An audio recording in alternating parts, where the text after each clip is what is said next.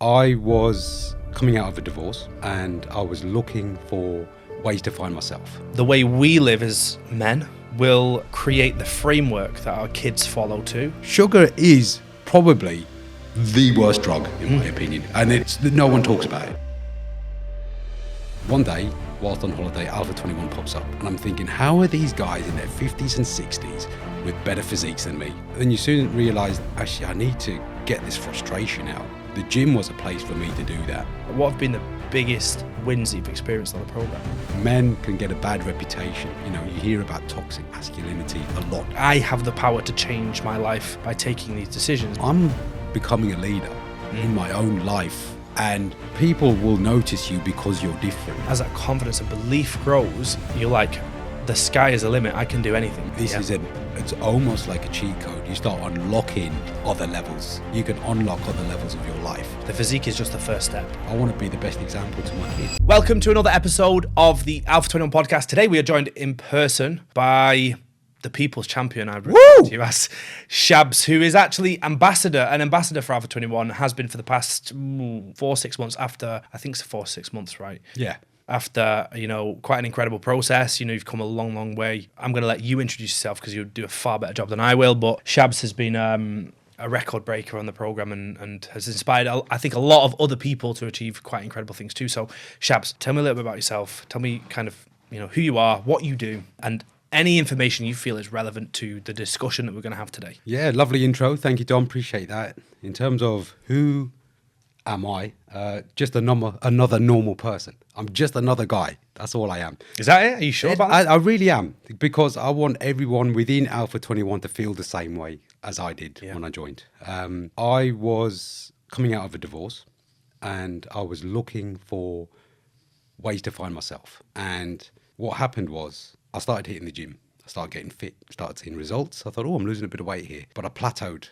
I wasn't losing anymore. And then I did the whole thing I think that everybody does. You start scrolling social media, finding gurus, scrolling, look at this supplement, that supplement, ashwagandha, and all the other wonder supplements that you see, and you just start taking them. And then before I realized, I've spent 4 months spending hundreds of pounds on supplements that aren't really making a difference. Or I'm thinking, do I feel different? Do I look different? I don't know. I'm just questioning everything. And then you do more research, and then I come across Dr. Gary Brecker, does the methylation stuff. And I'm thinking, yes, this I can get with, because he's talking about blood analysis. This sounds interesting. Okay, cool. And historically, I've got a degree in pharmacology, so I kind of appreciate the science and the biochemistry behind it all. So I think blood analysis, great shout. That's exactly what I need. I don't want to go to my GP. He's not going to tell me what I want to hear. I haven't been to the GP in about 20 years. So one day, whilst on holiday, Alpha21 pops up. Okay. Yeah. And I'm like, your voice, I don't know if you were on the advert at the time, but there was definitely a bunch of older gentlemen on there. And I'm thinking, how are these guys in their 50s and 60s with better physiques than me? And I'm like, I don't know. And then I just thought, I just wasn't too sure. I really wasn't. I'm being healthy genuine. skepticism, we get that a lot. Yeah, I'm being genuine here. And then the videos kept popping up. And I thought, fuck it. I'm just going to submit my information now. And then I got a phone call, went from there, explained what I was looking for. And they said, if you want a six-pack, we can get you a six-pack. And I was like, really? Is that a thing? Something I've never experienced. I've always been the fat kid. Oh, really? So always been the fat guy. Okay. Had you been fit? Had you been into exercise when you were younger, or did you come from a background of not really being? Played a lot of rugby. Okay. So I was keen on running around. I was active as a kid. Always running around, playing football, playing rugby. But I had a problem with food. Okay. Yeah. And that was mainly because I was, as a kid, left to my own devices, uneducated. My parents owned a shop. Whatever was in that shop, you could eat. I had access to. Yeah. So they had loads of frozen stuff. Yeah. So, all the good stuff you'll remember in the 90s. I mean, you're a bit younger than me, so you probably wouldn't. I'm talking, Goodfellas pizza. Turkey Twizzlers. Yeah, all the stuff that sounds great. Finder's pancakes, like all this stuff. Yeah. And you just think, this is so good. It's all colourful packaging. I'm going to have it. And then you're just cooking this daily, got into takeaway, pizzas, kebabs, chips, and all that. You don't think anything about it. But at the same time, it's the same health professionals that are guiding my parents who were guiding me about saying, don't eat butter, have margarine. Yeah. Don't eat too many eggs, high cholesterol. Yeah. So you think, oh, okay, sure, great. Yeah. So you think you're being healthy. Yeah. I think you've touched upon something super important for this discussion today, but also for everything we do inside Alpha 21, and that is a very typical pattern of ultimately your parents didn't really know any better because they're being fed this information, but whether they kind of knew it or not, their kind of, habits, behaviors passed on to you, and then you led into that same kind of pattern of eating, not so, and that's not to say like that's what most people do, but what that tells us is that the way we live as men will create the framework that our kids follow too. You've got kids, right? Yeah. And this is a big mission of Alpha 21, right? I always say like the job of Alpha 21 is to work with the men to cause a ripple effect into the generations that follow. Yeah. Because when we look after ourselves and we pass that behavior down, that affects the next generation. And that's clearly a sign there that it's kind of had that effect on you, as it does for so many. And now you're you're kind of breaking that cycle, right? Because I know you're implementing these new behaviors, which we're going to talk about today. But I think I want to touch upon that a little bit more as we progress in terms of how you feel this new version of yourself is impacting everyone around you, including your kids, right? Quickly before we do this, what were you looking for prior to the program? Like you mentioned, you'd come out this divorce. Yeah. What were you particularly looking for? I had discovered that I had become something I wasn't familiar with, not the person I thought I would be, and I thought, I've got more time on my hands now. I've moved out the family home now. And there's a lot of self-reflection that goes on in that quite a dark period. Yeah. And you question yourself, have I done something wrong? Have I been a bad dad? Have I been a bad husband? Whatever it is. Then you soon realize, actually, I need to get this frustration out. The gym was a place for me to do that. Okay. Go, hit the gym, lift up some heavy objects, feel better at the end of it. And it played a really important role in that time frame, and I did lose weight, which was great, which is what I wanted. So I went down a route of self-improvement, and that was the foundation. Okay. And what would you feel like were the biggest issues then? Like obviously you were searching for something more. Yeah. What were the biggest challenges you were facing prior to coming aboard the program? Like what were you stuck with? Consistency. Okay. Consistency. So always I'd lose weight, I'd gain weight, I'd lose weight, I'd gain weight. So yo-yo, dieting, fad dieting, Atkins, low carbs, high protein, all that kind of stuff. Juice cleanses, Weight Watchers, even Joe Wicks at one point. Yeah. I've gone through it all. Oh, you've done it all? Yeah, I've gone through all of that process. And I'm thinking, I just need to I'm just doing everything. I just want to fix myself and settle. And then once I found Alpha 21, found that the blood work was the way forward and what I wanted to do, then things really started to change. Okay. Yeah. Tell me about that. In what way? In the sense that once the results had come back, I thought, wow, this is far more in-depth than I thought it would be. Yeah. I didn't realize that I would know so much about my internal processes. And being a typical man, I'm not very aware of how I'm feeling internally or what is my body actually telling me. Am I inflamed? Was that even me? No. And until it's all gone, you don't realize what it was. No. Yeah, so the initial chat with Carl following the analysis, I was like, wow, this is a lot. Yeah. Then it was food plan, supplement plan, diet, workout plan. And I thought, oh, wow, okay, there's lots of new interesting things here. It's exciting. And then just trying to implement all these things, hugely overwhelming. But I knew it was the right thing to do. That's why I just got my head down. It's a big shift, right? Coming from this place where I would regard there's an acceptance of low standards of health, right? Low standards in general, I would say, is kind of what is accepted in the world at the moment. And when you get that, layout of everything that's going on inside your body, that alone can be quite overwhelming, but also enlightening at the same time and quite motivating, I would say. Like people respond in different ways. Some people get a lot of fear. Oh my God, there's all this stuff going on. And then the other side of it is, well, at least I know about it now and I can actually address the things. And like you said, and I love that you said this, sometimes you don't know how bad you feel until you don't feel bad anymore.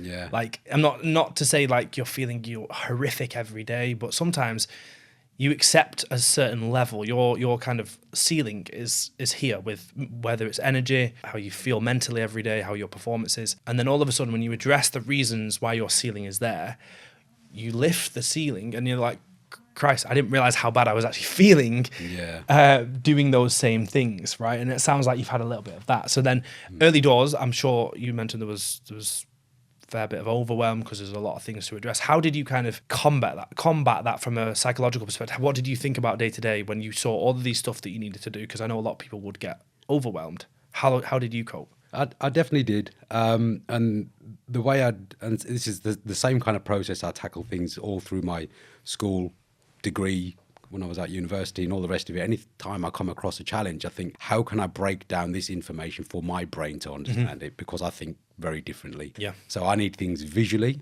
So I took all the information that was given to me by Carl and I thought, right, how can I make this look visual? So I just started making a spreadsheet. Brilliant. Colourful.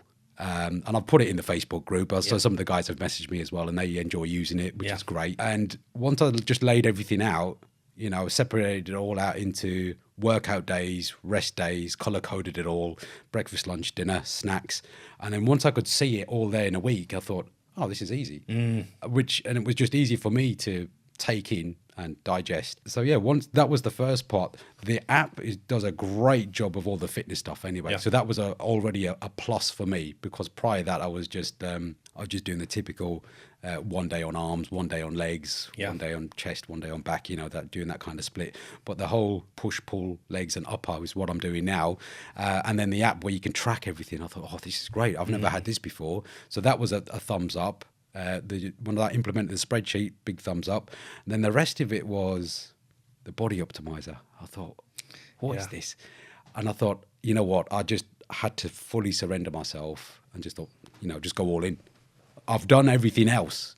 I haven't done this. So even though I'm fighting it, just do it. Yeah. You know, and then even now to get here on time, 4:30 a.m. alarm. And I know I've got to jump in there and do a cold shower. Now that early in the morning. Yeah. And I did it, no problem. And then the skipping and all the rest of it, the brush, lymphatic brush, It just becomes natural part of your routine. Yeah. And look, I've done that routine, and this is a good insight to what you've said. I've done that routine probably for about 5 years at least, right? Again, most mornings, there's obviously the odd morning where you can't make it work, but most mornings, and I would still say that 5 years in, the resistance to getting that cold shower is still there. It's not like it gets easier as such, but you become more resilient to the voice that tells you to not do it. And then part of the reason why I swear by that discomfort so early in the day is because if you can overcome the part of your mind at the start of your day that tells you not to do that uncomfortable thing, then what happens when you get that craving later in the day? You've already programmed your mind to go, well, I'm uncomfortable, I want to eat the food, but I'm not going to, because I've started to build that resilience. And that's all about just laying the foundations for that resilience first thing in the morning. Yeah. If you let yourself down first thing, what does that say to you in your mind for the rest of your day? It says when, you know, you're given a decision to make, and you have the uncomfortable one that drives you forward, and you have the comfortable one that keeps you where you are. If you haven't programmed resilience into your brain at that time, it's too easy to pick comfort, right? And that's why it's so important. The body optimizer works both on the physiological, because it programs your body to start the day properly, but it also programs you psychologically. And that's why, you know what, that is one of the, it's funny, it's such a simple routine. Yeah, it is. But it's one of the things people talk about more than anything with what we do. Because it is the start of your day. Yeah. It's like, I jump out of bed, I do my bed. I've got to make sure I do that. Yeah. That's part of that routine as well. That becomes my own routine. And I know that I have to stand in there and scream and shout and what all the other weird noises I'm making in the cold shower, you know. But you deal with it. And I keep just telling myself, Dom said to do this, Carl said to do this. Yeah. And then you soon start realizing, why am I breathing so heavily? Let me calm down. Yeah. And then your body or your nervous system begins to trust you and saying, actually, this cold shower isn't that bad. Yeah. You're still alive. You know, this is okay. And then you're like, once you build up that mental resilience, stuff throughout the day is not challenging. No. It's a lot, you can handle things a lot easier. And it's a cycle as well. I'm not sure if you agree with this, but if you've ever read the book Atomic Habits, I think it's one of the best books ever written, Atomic Habits. If you've ever get the chance to read this book, if you haven't, read it.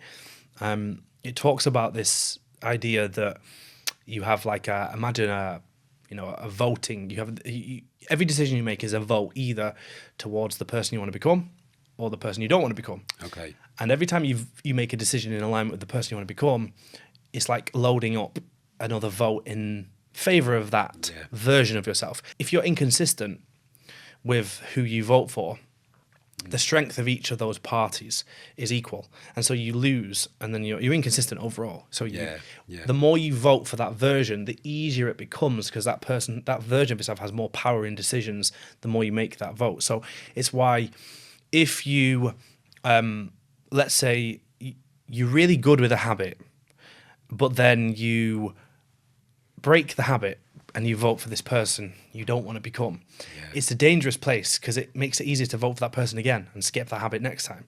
And if you keep doing that, you break this cycle, and that's why consistency is so important. That's a downward spiral. It's a downward spiral. And you can do it with anything. If you skip one gym session, it makes it easy to skip the next one. That's why we say never skip twice, never break a habit twice in a row. Yeah. I've been there. Yeah. Like you said, no one is perfect. No. You try and adhere to the plan as best you can, but no one's going to do it 100%. No. You might get 90, 80, 75%, whatever it is, but you are going to have those days where you're veering off plan. But how quickly can you recognize that? Of course. Address that issue quickly, because it's the quicker you can realize that downward spiral and hopefully try and jump back on plan. This is where having that communication with your coach and being brutally honest with yourself is going to be so helpful. It's hard. It is hard to be brutally honest with yourself. Like it really is. It is a hard thing to admit to ourselves that we're not doing enough or we've let ourselves down. It's easy to blame external factors. It's really easy because it kind of takes the pressure off ourselves. Yeah. It's really difficult to just say, I've not done everything I could. It's so easy to say that, but I think that's a pattern we should all get into, because if I blame anyone for anything, even if it is their fault, even if they have had a part to play, if I blame them, that takes responsibility off me. And the word able, it stops me being able to respond to the situation, because I've just gone, well, it's not my fault, it's someone else's. I'm going to stay stuck. So I have this belief that we should always take responsibility, even if someone else is, we feel like they're to blame. I'm going to take responsibility anyway. Step up and be accountable. 100%. Be a man. Yeah, and take responsibility for yourself. That's what being a man is, right? So let's talk about kind of like obviously it's not all been plain sailing, this process. There's ups, there's downs, there's challenges. Let's talk about that, because I know there'll be a lot of guys thinking, okay, you've achieved these results, but it's so easy for these guys to think, well, you've obviously had it easier than me. People fall into patterns like that. Yeah. And I wanna let people know that you're, as you said, you're just another guy who has the same challenges, the same obstacles. So let's talk about those, and then also talk about what you've done to kind of overcome those. Challenges, I think I would often face. I don't struggle with going to the gym. I don't struggle with those strength sessions. I really enjoy going and doing my working out. The hardest bit for me will always be the food. Yeah. And that's the bit. So I try and look at it in a positive sense, in the way that now I've been given a weekly meal plan. I have a weekly shopping routine. So I go to the supermarket, I get all my stuff on a Saturday. I go to the butcher's, I pick all my stuff which has been pre-ordered on a Sunday. I do all my cooking on a Sunday.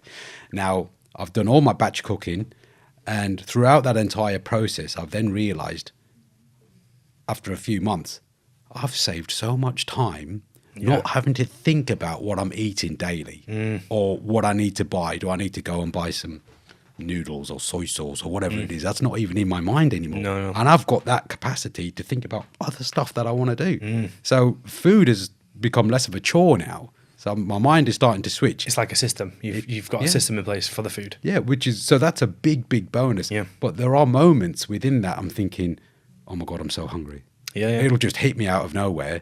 I'm thinking, but my And it's almost like I've become rigid. Yeah. All my food is in the fridge. I can't eat anything more because I won't have anything for later in the day or for tomorrow. Or I didn't buy anything spare. And I've had that moment.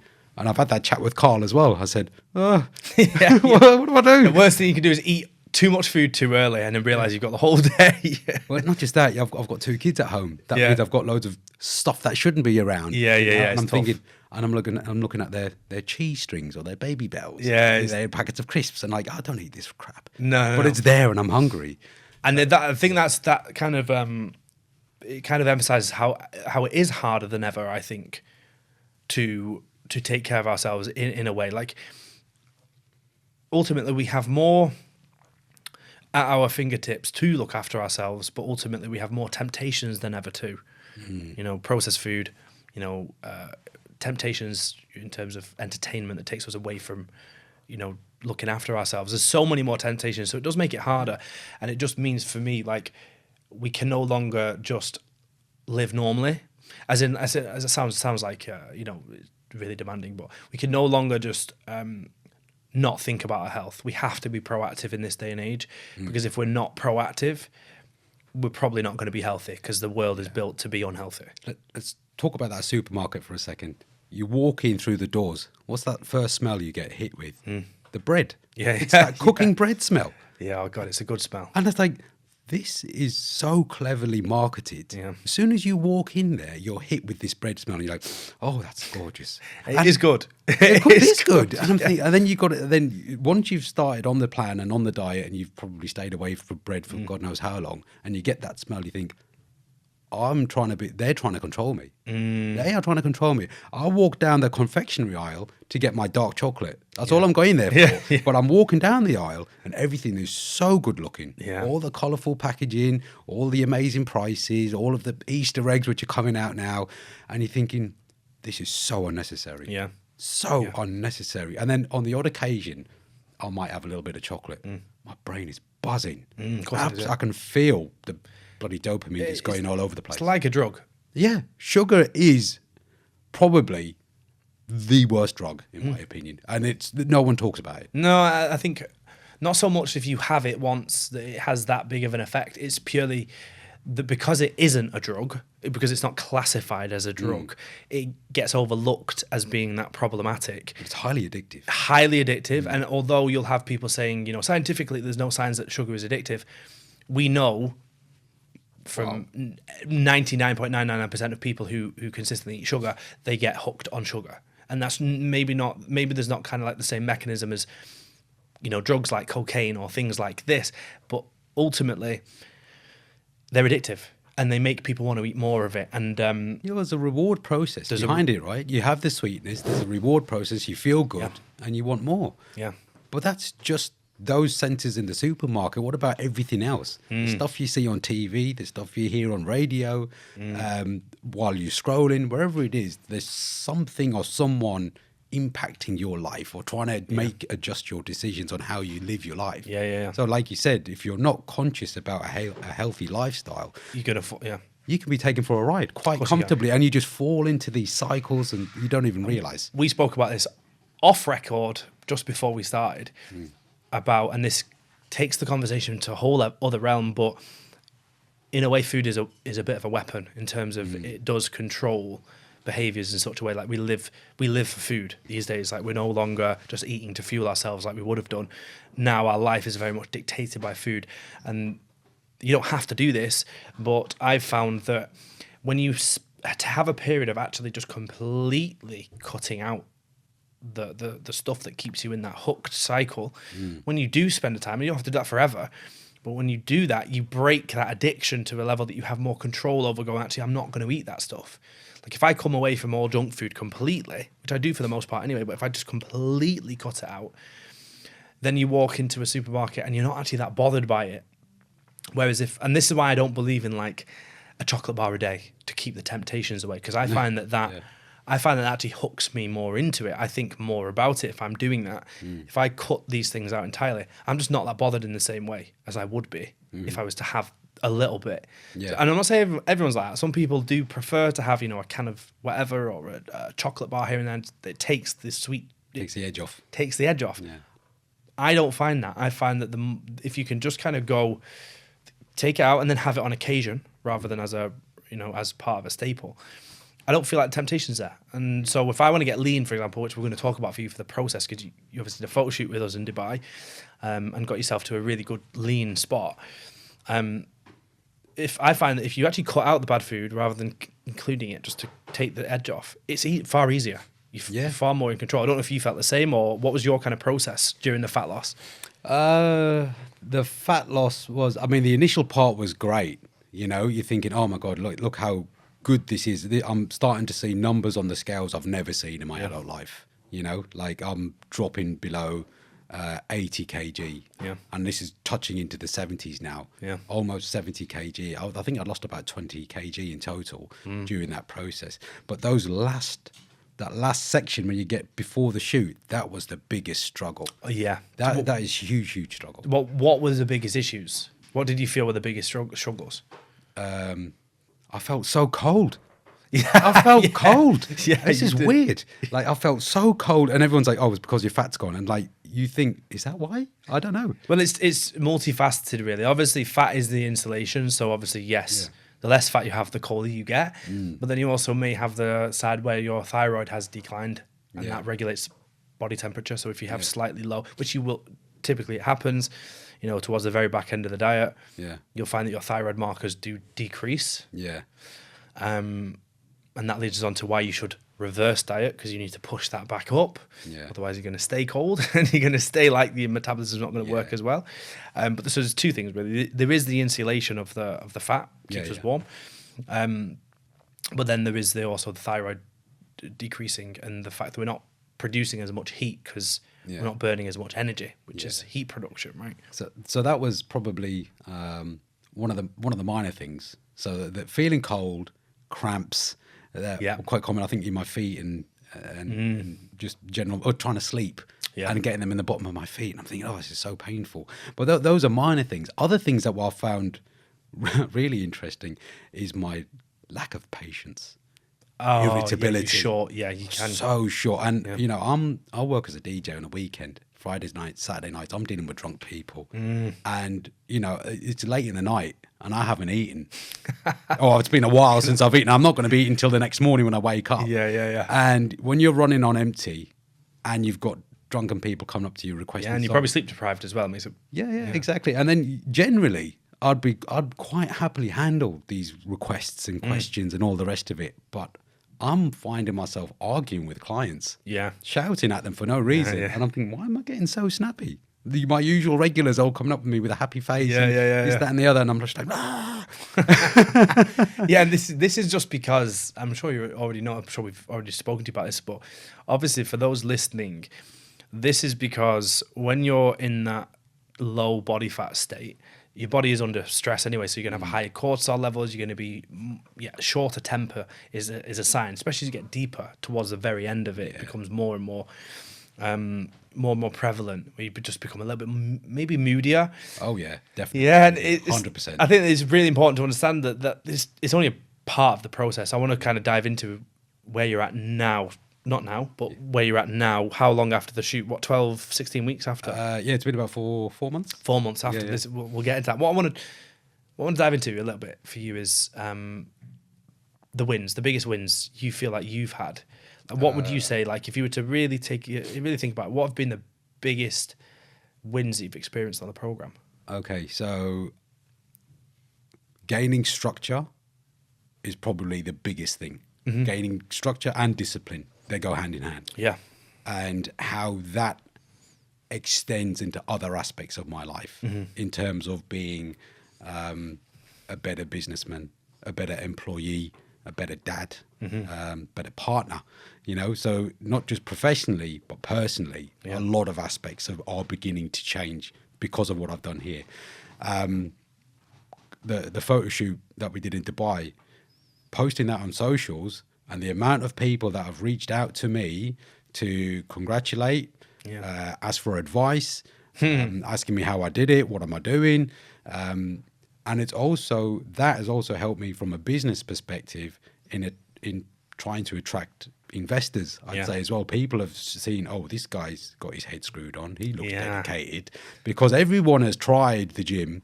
Everyone tries to get a good body and a good physique. They understand how difficult it is. But to really push to those degrees and get those kinds of results, not everybody can do that. No. So you've got to have a certain mindset. So knowing that I can do that, I can't wait to do it again. Yeah. It sounds weird. Are you thinking about doing it again? 100%. I mean, you know Samir? Yeah. So Samir, he went through the process. I got him, like, I wanted to get him signed up. He was so down for it anyway. And I thought, yes, let's go. Right, he's in. And he wants to do his photo shoot. And I said, I'll do it with you. Oh, beautiful. I want to do it with him. Yeah. Because I want to. He's seen me go through the journey. He's known me as a big guy, and he's seen me go through the entire process. And he's like, well, I can do that. Yeah. I'm like, yes, perfect. He's doing very well. He's doing really well. He's smashing it. Yeah, he's doing so good. And I love that. I love how I can influence him ever so slightly. He's doing the work. I know he is, because it is a personal thing.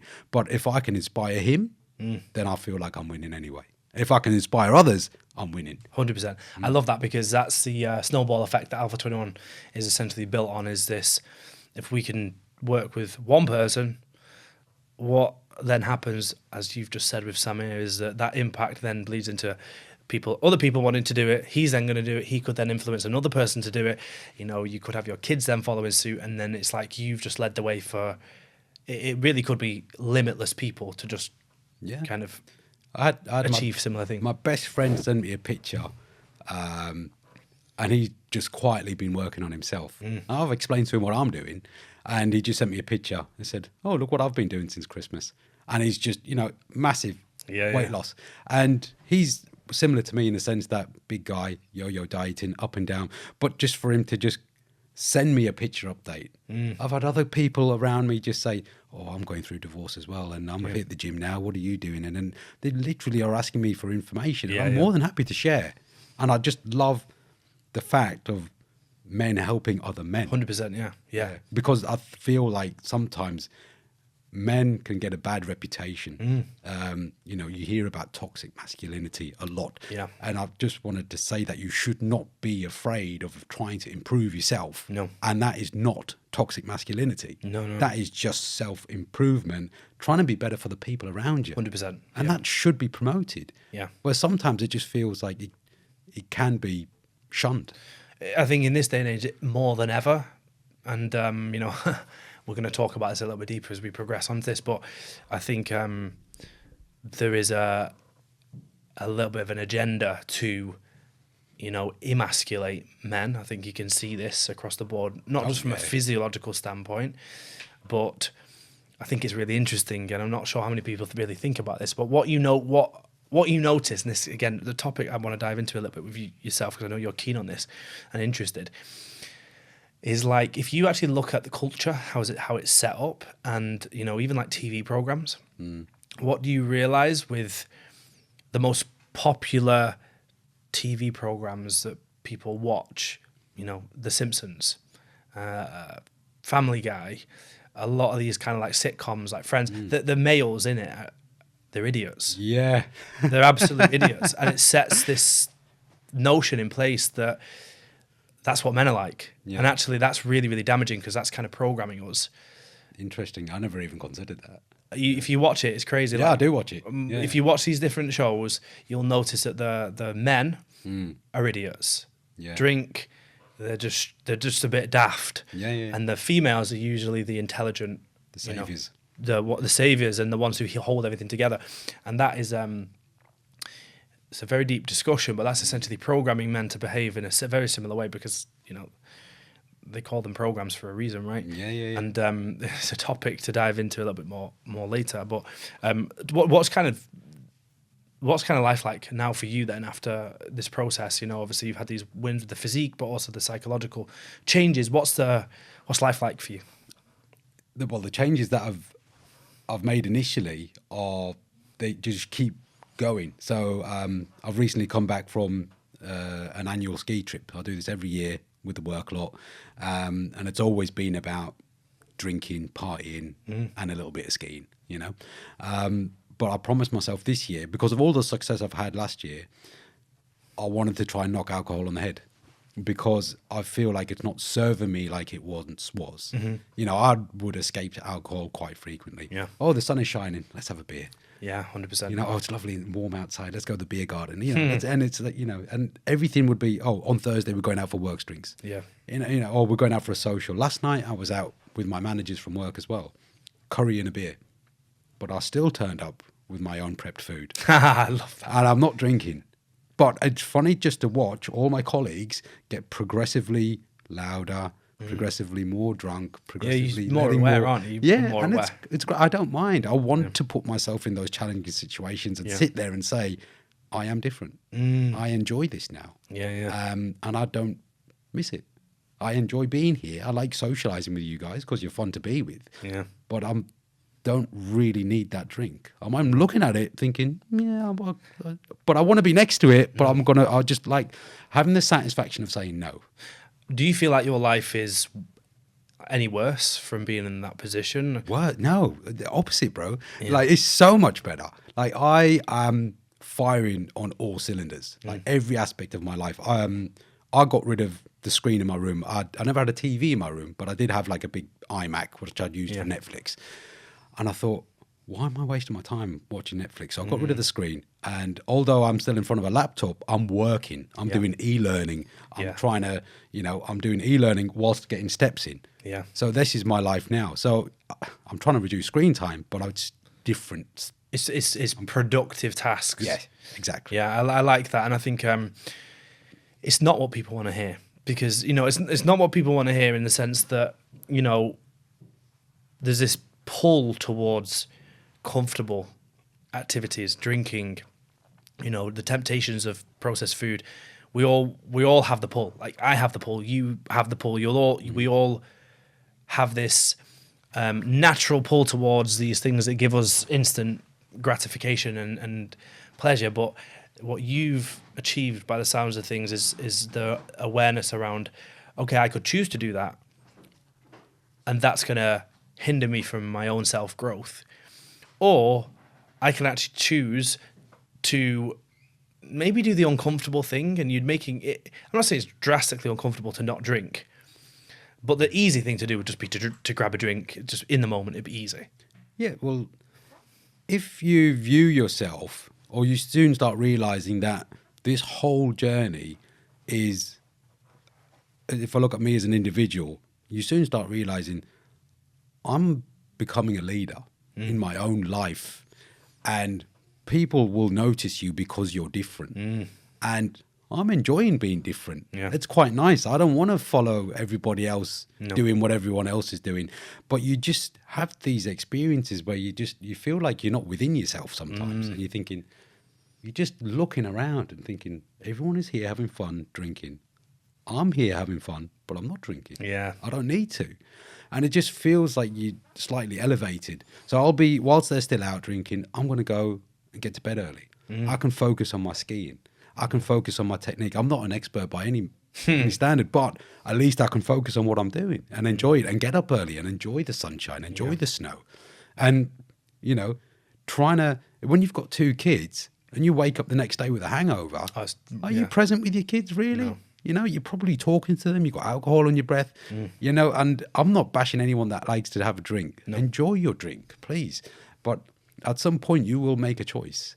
And I've lost all of this weight and went through that fat shedding process to now say, I want to stack muscle. If alcohol is going to hinder me stacking any muscle, I don't want it in my life. Yeah. Because I want to stack muscle.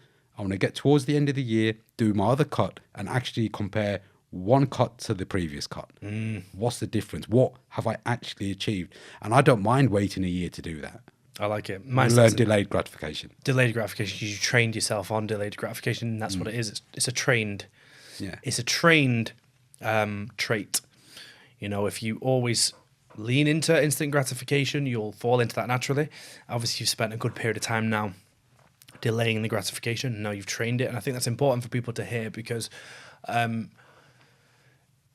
it gives people the understanding that you can change You know, a lot of people have this idea that, oh, well, I'm just not as disciplined as you. I'm just not like that. I need this, I need that. Yeah. And it's purely because they've programmed themselves to be like that. And all it takes is for you to start behaving differently, to start reprogram, kind of like that voting we spoke about earlier.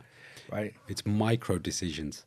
Yeah. Every single, you will have situations in your life throughout the day and you're thinking, oh, shall I have milk in my coffee? No, I don't want milk because it's not in my diet. Shall I have this biscuit? No, I'm not going to have the biscuit. You know, oh, shall I just eat off plan over here? All these little things. It's like, shall I have that cold shower? You've got to make all these little micro decisions throughout the day, and don't look at, oh, where am I going to be in a year? Just look at what's right in front of you. Just focus on that. Focus on the next step. Focus on the next step. And all these little steps are going to build up and compound and make you who you need to be. Yeah, I think the micro decisions, the micro decisions is a super important thing for people that you've just mentioned there, because I know I speak to a lot of guys who will start the program full throttle. They do everything perfectly. They're throwing everything at it. And all it takes is one of those micro decisions to go the opposite way, to then the snowball effect be that more decisions are going against what you were doing. So a lot of people then hit a plateau down the line and go, well, why am I not progressing anymore? And all that's happened is they've started to lose those little micro decisions. Maybe they're skipping that morning shower. Maybe they are having the biscuit. Maybe they are, they're not the same. They're not operating the same level as when they started. Yeah. And it's natural because we have this thing called shiny object syndrome. I'm sure you've heard of that. When something is brand new and exciting, you kind of want to do it full tilt. And that shiny object kind of vibe wears off. And it becomes your day-to-day. And that's where people can easily go, I haven't got the same motivation. And then those micro decisions change.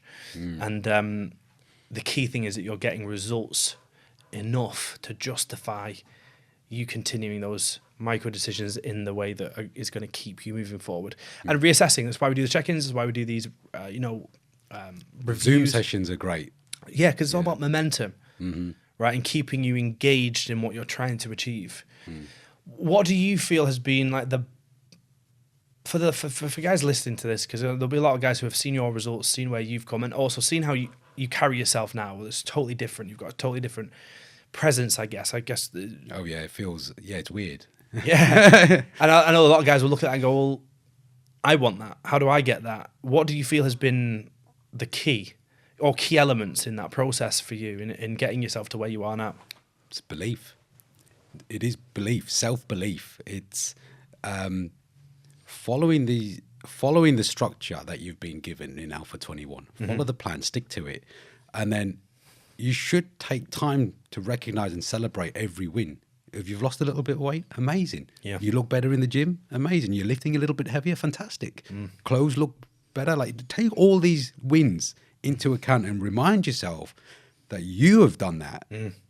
Yes, you've had guidance, you've paid for it, but you've made this decision, and take confidence in that. Every little step, every win should be building your confidence and building your confidence, building your confidence. And before you know it, you're going to sound like you have such a big ego, but you don't. You're just very confident. Yeah. And people can smell that. Yeah. They do. They don't even see it. They can smell it. Yeah. When you're walking around and you're puffing your chest and your chin is up, and you walk, and people just see that, and people just compliment you. Of course they do. That's a nice outfit. Yeah. Oh, like you said on the way in, I thought, 100%. Great, thank you. Because you feel like you can wear what you want to wear. You don't feel like you need to wear stuff that hides who you are, which a lot of people will do. They wear baggy clothes. They wear stuff that they don't feel. They're trying to hide their physique. And then they're very closed off in their presence. Whereas when this is why I believe that health and physique in many ways, but health as a whole, is the foundation of a high quality life. Because when you start to have more presence, as you say, people become more aware of you and they start to respect you more. They start to go, well, who's this guy? How is he showing up like this? Like, they pay attention more. Yeah. You start to attract, because you're giving out such a positive energy, you attract, people will just start telling me things, and I've never invited this conversation, but I'm more than happy to hear it. And it just something, or even a message on Facebook or whatever, and we'll just get into a conversation, and I'm happy to help. And it's just great. It just attracts people. Yeah. And people see it. So and I think you just start believing in yourself. And you just got to realize that every single individual on the plan has potential. They just need to recognize that they have potential. Yeah. And I'm pretty certain it's the coach's job who will recognize that same potential, slowly pull it out of them. 100%. Yeah. Yeah. Yeah. And the thing I always say is like, and this might come across as arrogant because I obviously created this process, but I know it works. I know it works because it's had so much work go into ensuring that it works with anyone who does the process.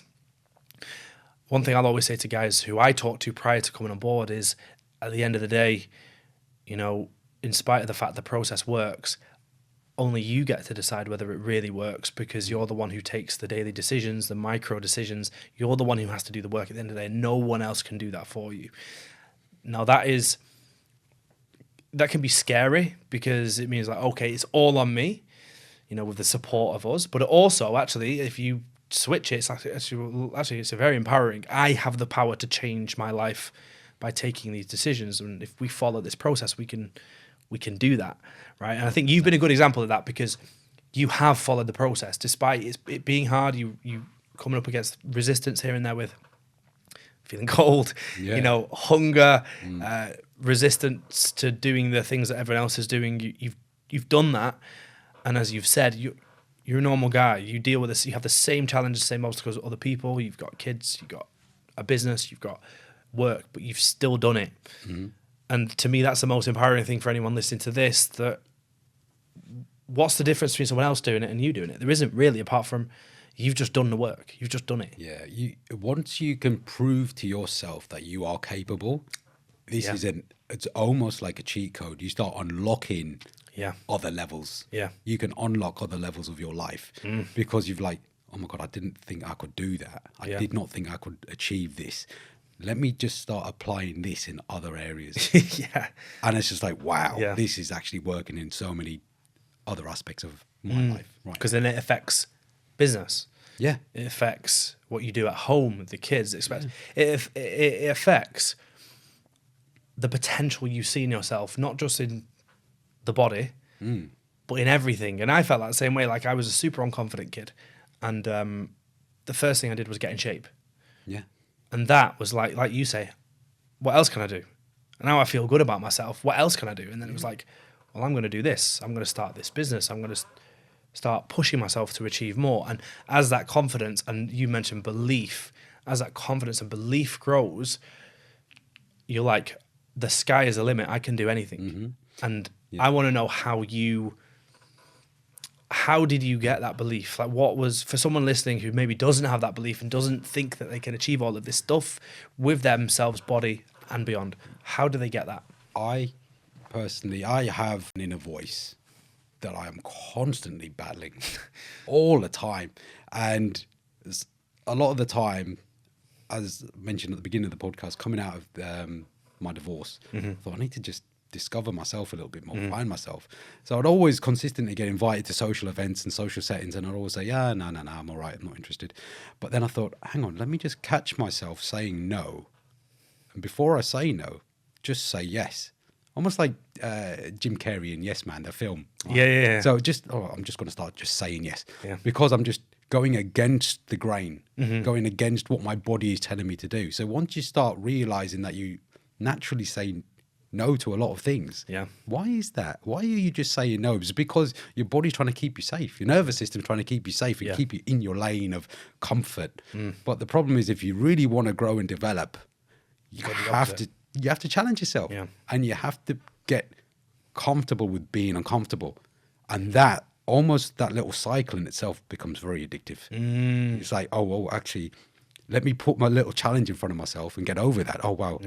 Let me do that again and again and again. It gets bigger. I've shared a book in the community on The Obstacle is a Way. Have you read that one yet? No, I haven't, no. Sounds good.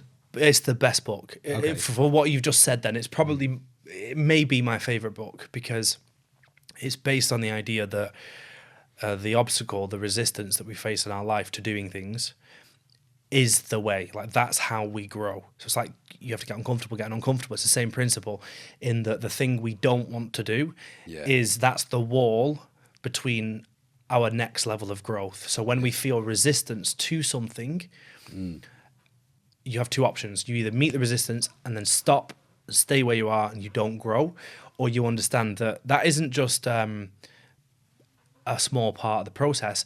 That's the wall you have to get through. Yeah. And the other side of that is your potential, the next level up of your potential. It's the best book because it's basically made up of small paragraphs of all of the best thinkers throughout the entire world. You know, you have like Marcus Aurelius, you have all these people talking about these different aspects of resistance that we come up against.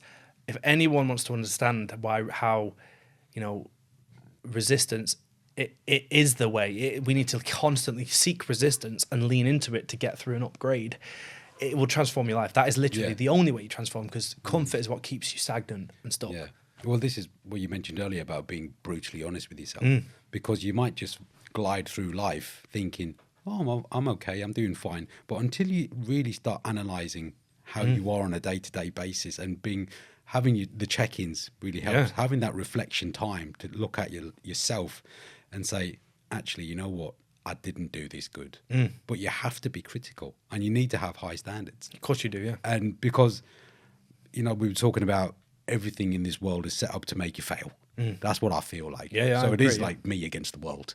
So how can I be the best possible version of me to take on this world? Yeah.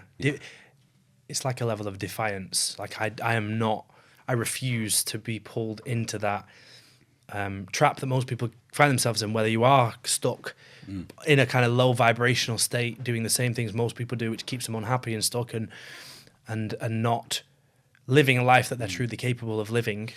And like I have that level of like, I'm not doing that. I am defiant against that life, and that's what keeps me going in that direction. It's like a bit of stubbornness in a way. Like I refuse to settle for that.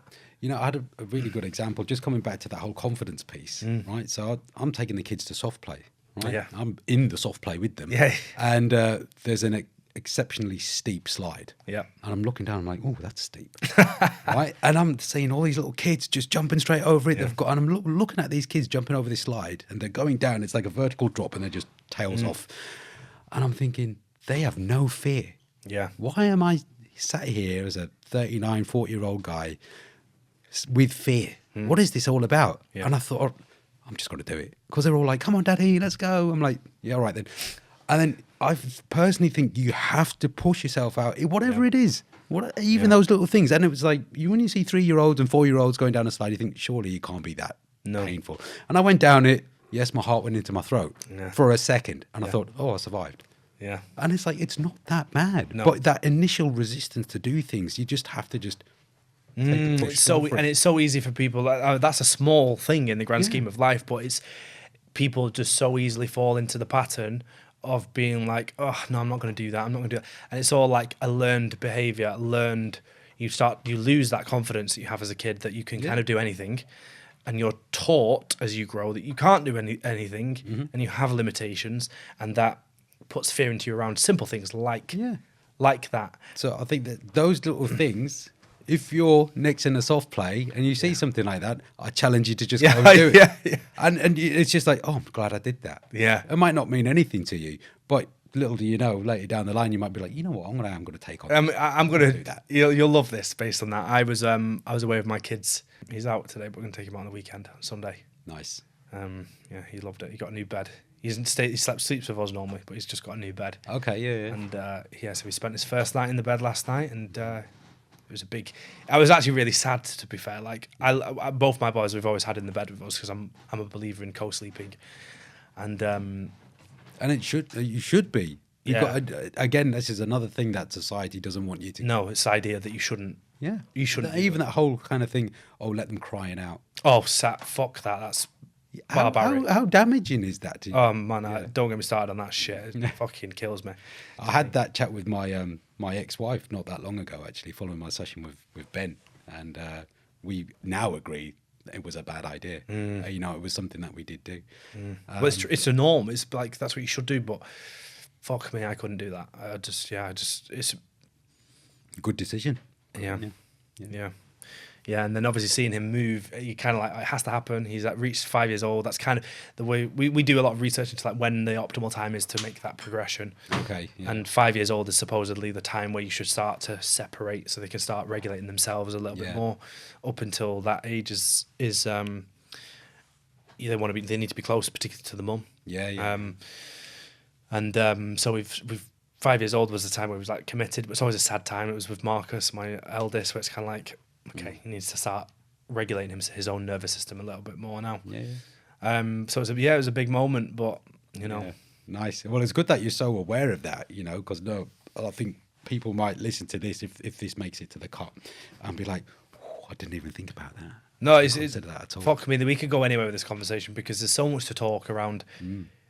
Kind of like what I'd say, like how society has kind of been misled to live, and this works at all levels. You know, parenthood, how people are taught to raise kids. You know, is a big passion of mine in terms of, you know, how people are taught to raise kids. It's, you know, screen time, excessive screen time, and food, and you know, this topic around co-sleeping, which is to me is like, how have we missed that as a society, that is such an important thing? If we were to go back 1,000 years, you couldn't possibly not co-sleep. You couldn't put your kid in the woods somewhere else or in a different part of a cave to sleep on its own. You would be having to sleep with your child. And it'd be multiple families together. Yeah. Not even, it'd be like villages together. Yeah. So putting them in a different room where they can't see, feel, is just, to me, it's like, how have we missed that? How has that been missed? What's that doing to their trust, their senses, their security, abandonment? 100%. Yeah, I think there's a lot of evidence to show that,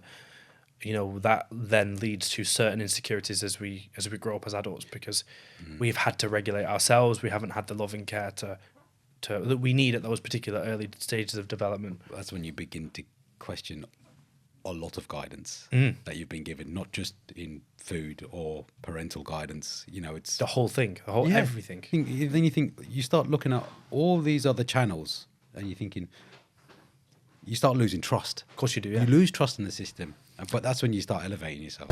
You have to lose the trust, because then you realise that it was built a certain way. And we talk about this from a medical standpoint.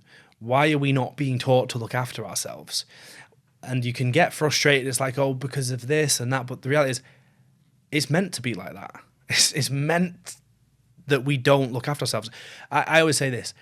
If we wanted to change the world of health, it would be so easy. We would change schools. We would simply teach kids how to make healthy foods. We would ban processed foods in school. We would make sure they exercise daily. And by doing that, you would completely change the level of health, take the strain off the NHS over one generation, because even exercising daily would offset half of the issues we have, just making sure kids are exercising daily. Even if you have to extend school for an hour each day to make sure kids are exercising, you would make sure they're focusing on emotional intelligence in school. You would make sure, for kind of mental health, you would make sure kids are taught around real food, why it's important to eat real food. If you did that in one generation, you would completely change the whole state of health. Why that isn't happening is because it's by design. We're not supposed to be healthy. We're not meant to be healthy in the eyes of the way society has been set up. That's why, and again, this is where my stubbornness comes in, I refuse to be controlled like that. So I'm like, well, I am going to take control of everything and take responsibility for everything, my health, my decisions. I'm going to lead myself rather than waiting for a corporation to lead me, you know? And this is where you start to regain control. So if you feel like you're spiraling or you don't, you know, if you're anxious about stuff, you have to think, well, what is in my control? I can control the food I eat. I can control when I work out. I can control what time I go to bed. I can control what I consume in terms of media. You know, I feel like modern media, social media, is just a new way of propaganda. You don't know who's posting that stuff. They just posting whatever to make you feel a certain way. Yeah. And I'm thinking, this is just modern propaganda. It's absolutely insane. And even more intense than ever, because it's in your face. Yeah. Constantly. Yeah. So it's like, well, once you slowly start regaining control of these different aspects, you can just roll that out into so many different areas. And you can start, this is when I say you can start winning. Once you realise the game you're in. It's all about taking back control. All right, listen, when we originally planned to do this podcast, I know you were keen to discuss the topic of masculinity, right? Which I think is a bit of a taboo topic in today's world, where people have like negative understanding of it. What's your understanding of what masculinity is, and why is this a topic that you're so passionate about? I suppose mainly because coming out of a divorce, and you go through the self-reflection process, and you think, why am I where I am? And why did I become a person I did not recognize? It's not the person I wanted to be when I was a kid. I didn't grow up thinking I wanted to be in this situation. And then it got me thinking, well, for me to feel masculine, maybe I need to go and get muscles. Yeah. You know, I thought, okay, I should have a better physique, because that's what masculine men look like. I should be in more control. I should be able to control what I eat and how I do and how I act and how I perform and have money. Yeah. This is all I feel ties into masculinity. But as soon as I start working towards these goals, I feel other people quite quickly say, oh, that's a bit much. Why are you doing that? Well, and then you start questioning your masculinity, or you're aiming for something that you feel like you need. But society's saying, no, that's a bit too extreme. You shouldn't be doing that. So that's why I feel quite strongly about the situation, is that I'm trying to improve myself and become a better man. But society makes me feel like I shouldn't be doing 100%, this. Yeah. So this is why leveling up and putting up the middle finger to society and saying, no, I am going to do this because I feel good. This is where I should be. And this is what I'm aiming to achieve. I know that this is going to be a long, long journey. And I don't mind if I don't reach the destination. I'm having fun in this process. It's a forever journey at the end of the day, right? It's not just a long journey. It's kind of this kind of leaning into being the masculine leader, and not necessarily not even necessarily to other people, but just in your own life and the people closest to you sometimes, and often it is for other people as well. When you lean into that, it's something you constantly have to work at, because it's easy to, I regard like the typical masculine traits like integrity. You say what you're going to do. You know, that's a constant battle, because sometimes we have that belief, but we don't do it. And we need to go, okay, where was I out of alignment with the principles I have? That's what masculinity is about, is we have principles, we have values that we live by. And, hopefully they're good. I would say that's a key part of it too. They're in not just our own best interest, but the interest of people around us too. It's about service to others as well. Oh, yeah.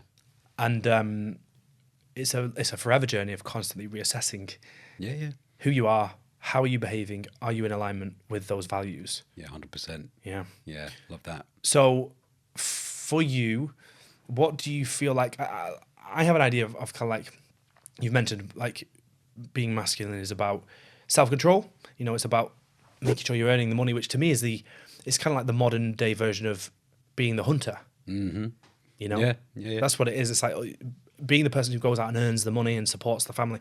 That is basically the modern version of you going out and hunting that animal, doing the work, right. Being a killer, that's masculinity. What else do you feel? You mentioned a few other aspects. Why you kind of pull towards, this kind of masculine role so much? I think it's just to prove a point, to say that when in, say, media, they talk about masculinity, they can very quickly skew the vision and say, oh no, this is a football yobbo who's been drinking Stella all day and beat his wife. That's masculine toxicity or whatever. But that's like, no, that's not the image. Like you've just said, you've just listed a number of values. And it's like, look, I am on this journey. I'm going to try and be the best version of me. And I'm going to try and be in the best physique for my kids, for my partner, for my parents, for anyone else in my life. And lead with confidence that I am doing the right thing. I've made informed decisions and I've taken action.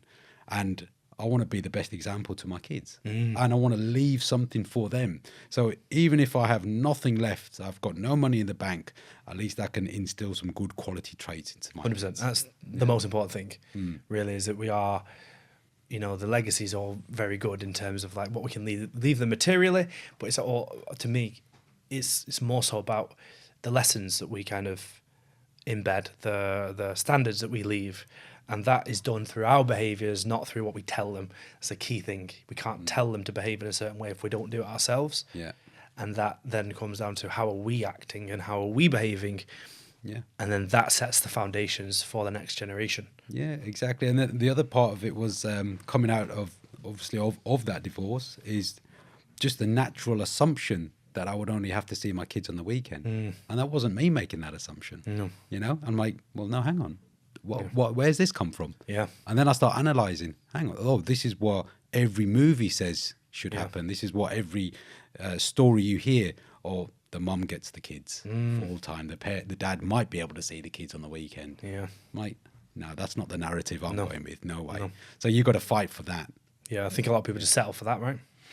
Well, just because they think that's what they can. And a lot of men can feel helpless because I'm thinking, well, where is the support for the men here? Yeah. You know? And it is true that there isn't in that situation. A lot of time, you know, when it comes to things like that, for example, and this to me is a symptom of how it is made a lot harder for men in so many ways. When it comes to that specific situation, it is harder for men because typically the courts will immediately lean towards the mum straight away. Yeah. Like they are the sole carer, they are the primary carer, of that child. Therefore, they'll get priority. And it's really difficult for men to earn that kind of thing. You have to jump through hoops and all sorts of things. So when I joined Alpha21, I didn't understand it was going to help me in those aspects. No. But it did. Yeah. I was just looking for strength and physique. And little did I know, all of this other stuff has just bolted on. It's crazy. Yeah. Forever grateful. Yeah.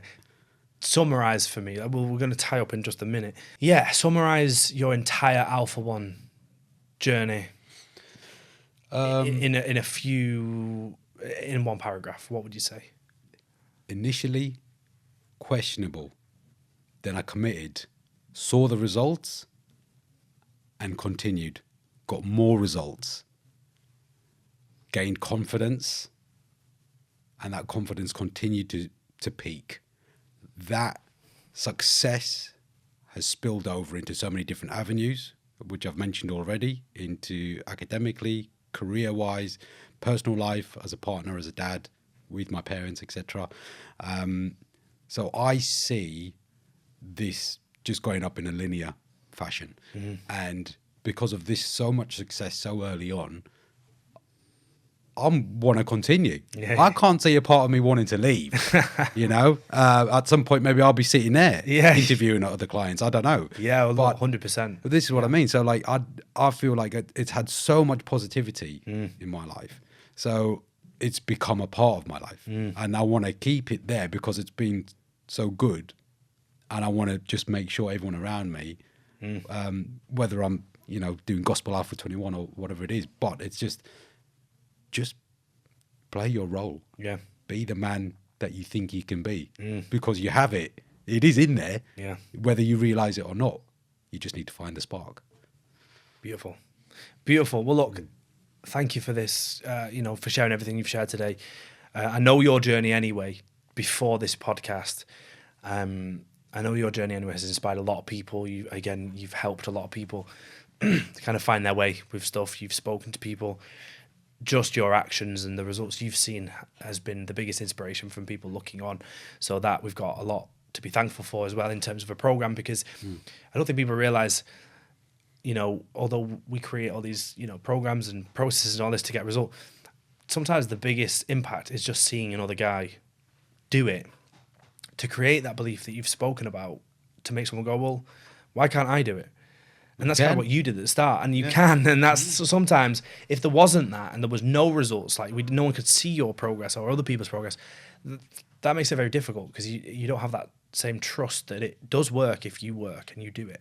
So I'll thank you for that, because you've shown the way that for a lot of other guys that they can also achieve the same results. They just got to tap into that level of potential that you've obviously tapped into. And I love the fact that sky's the limit now for you. Like it's not just about physique. I've seen this for months with you. It's like the physique it's almost done and dusted. And yes, you want to progress, but it's like, I've done that. What's next? How can I push business? How can I push this? How can I develop myself more? To me, that's what the whole process is about. Yeah. The physique is just the first step.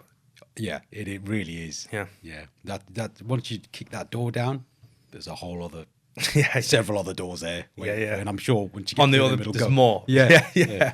So look, thank you for today. We're going to tie that up, but yeah, thanks once again. Thanks for having me. Guys, thank you for listening. I hope you got a lot of value from this. We're going to share this in the Facebook group. We're going to share this on the podcast. And yeah, hope you guys are feeling inspired by Shabs' story. Let's go. Nice one, mate. That was great. Cheers, buddy.